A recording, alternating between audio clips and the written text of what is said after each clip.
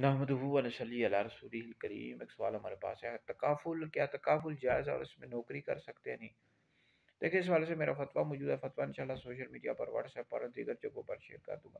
دیکھیں، انشورنس نہیں کروا سکتے، یہ جائز نہیں ہے، یہ سود پر مبنی ہے اور اس میں نوکری بھی نہیں کر سکتے، ٹھیک ہے جی۔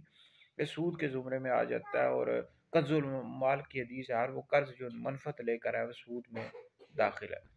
تو انشورنس کسی بھی چیز کی نہیں کروا سکتے، ہاں گھر ہو گاڑی وغیرہ کسی بھی چیز کی اور اس میں نوکری بھی نہیں کر سکتے۔ باقی جو تکافل ہے نا، تکافل، اس حوالے سے علماء کا اختلاف، ہمارے حیدری دارالفتاء سنت کا یہ فتویٰ ہے کہ تکافل جائز ہے، ٹھیک ہے جی۔ اس میں آپ نوکری بھی کر سکتے ہیں، اس سے منفعت بھی حاصل کر سکتے ہیں۔ تو تکافل کے حوالے سے بھی میرا فتویٰ موجود ہے، فتویٰ انشاءاللہ سوشل میڈیا پر، واٹس ایپ پر، دیگر جگہوں پر شیئر کر دوں گا۔ بہرحال ویڈیو سنیں، دیگر لوگوں تک پہنچے، یہ آپ لوگوں کے لیے بہت بڑا صدقہ جاریہ۔